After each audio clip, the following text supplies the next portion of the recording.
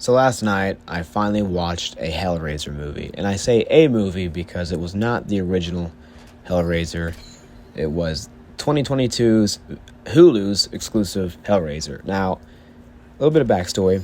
I've, like I said, never seen a Hellraiser movie. How can I even call myself a horror fan, you might ask? But that being said, I was really excited for this one because it's brand new. I've heard after the second movie, it's not worth watching the rest of them because they're just so bad from what I've heard.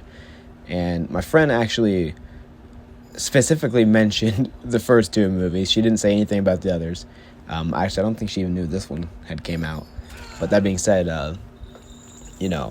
it's like a standalone movie. So I was like, okay, I'll watch this one first. And I think that was a mistake because obviously I don't know certain things. I feel like I'm missing out on some of the lore that has been established in previous movies. But just going in it, maybe I'll rewatch this movie after I watch all the rest, which, yes, I'm going to watch all of them. I'll even do reviews from it and whatnot. But that being said, this is my first review on this. I'll probably do a second one, like I said. After I watch all the other ones, I can get a better understanding on the lore and stuff like that. But I've seen some people praise this movie, and I've seen some people say it's forgettable. In my opinion on it, it's there's 7 deaths in the movie, right? And half of them, it seems, are just off screen. Now, to me, off screen deaths piss me off, but there's one pass you get, and that is, the opening death scene. I think it's stronger to have an opening death scene shown on screen, but if you do it off screen, it's whatever. For example, Five Nights at Freddy's, since it's a newer release compared to other movies, the first death of the movie is off screen technically. It's done in a fine way. Now, the rest of the movie has just shit tons of off screen deaths, and it sucks, right? So most of these deaths in this movie are off screen, it seems. There's a couple of them that are not, and they're pretty good death scenes. And also that's pretty good in this movie is the gore for what we have, the special effects, the atmosphere, the actual, it's crazy I'm forgetting the name of them, but the prosthetics they use and whatnot, the practical effects, my God, they're great. This movie has a lot of good stuff in it, but yet I just was kind of conflicted. I was just this isn't as good as I was hoping it to be. Granted, I haven't seen the other ones, of course, but I just, seeing the trailer and even seeing a clip, one of the death scenes before I even watched the movie, which was, watched it a year ago or not even a year ago, but I watched it a while back before even starting this, and I was like, that's pretty cool. So, I know of Hellraiser and Pinhead and whatnot, from either music with Ice Nine Kills or Dead by Daylight, just some other stuff outside the movies, but I don't know the lore, and I don't think it's too complicated, but you have all these Cenobites, and they don't really do anything, it seems, for the most part. Yeah, some of them do some things, but I don't know. Pinhead in this has been gender swapped, which I think is fine. I think the actress that played Pinhead did a fine job. Not that she really did a whole lot. The character doesn't stand out from other Cenobites, other than, the fact that's hey, that's the main Cenobite or whatever. This is me coming off of, the movie, not knowing anything prior to the Hellraiser movies. It's just, I don't, you can clearly distinguish from the other movies, or at least images. It's okay, Pinhead, that's the main guy right there, has to be, right? At least I believe so. Well, this one's just she don't really stand out. So I think it's a fine, but I think the original Pinhead is probably going to be the best. I think everybody would agree that. But I think this Pinhead's fine. Surely can't be as bad as what I've seen, out just trailer-wise and general opinion-wise. Because, yeah, like I said, I heard after the second movie, it's just downhill from there.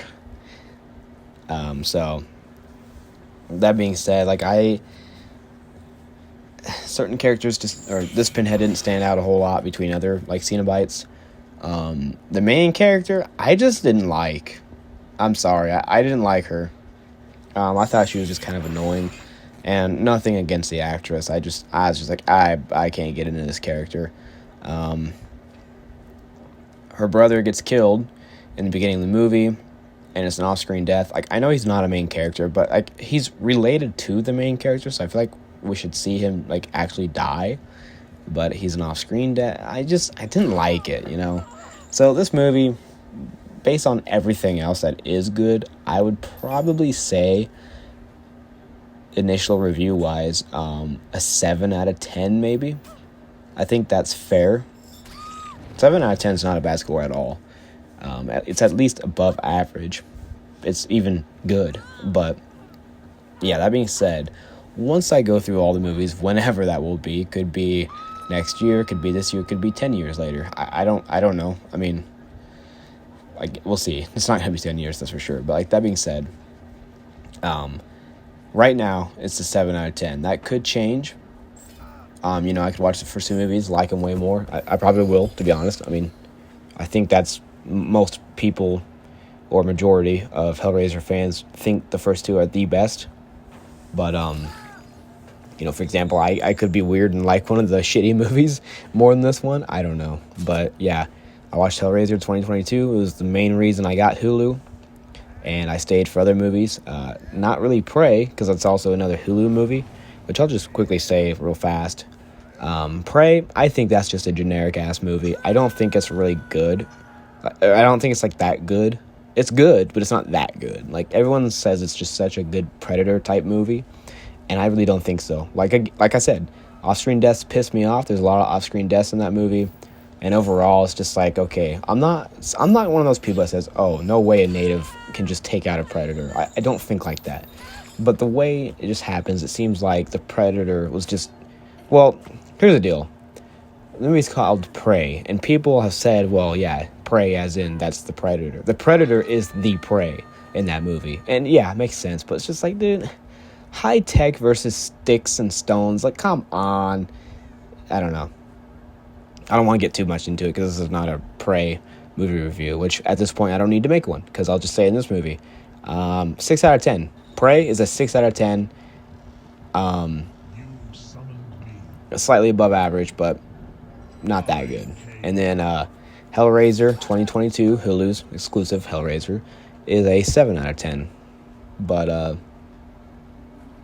if you're like me and you want something to watch, you haven't seen any others, watch those first, because you're going to be thinking a lot of like, what's the point of this and that? I don't understand most of the lore. I'm not necessarily lost. I just feel like I'm missing out on something here and there. But like, the atmosphere is great. The gore is good. I love the Cenobite designs. You know, there's a lot of good stuff in this movie, but I don't think it brings it up to like an 8.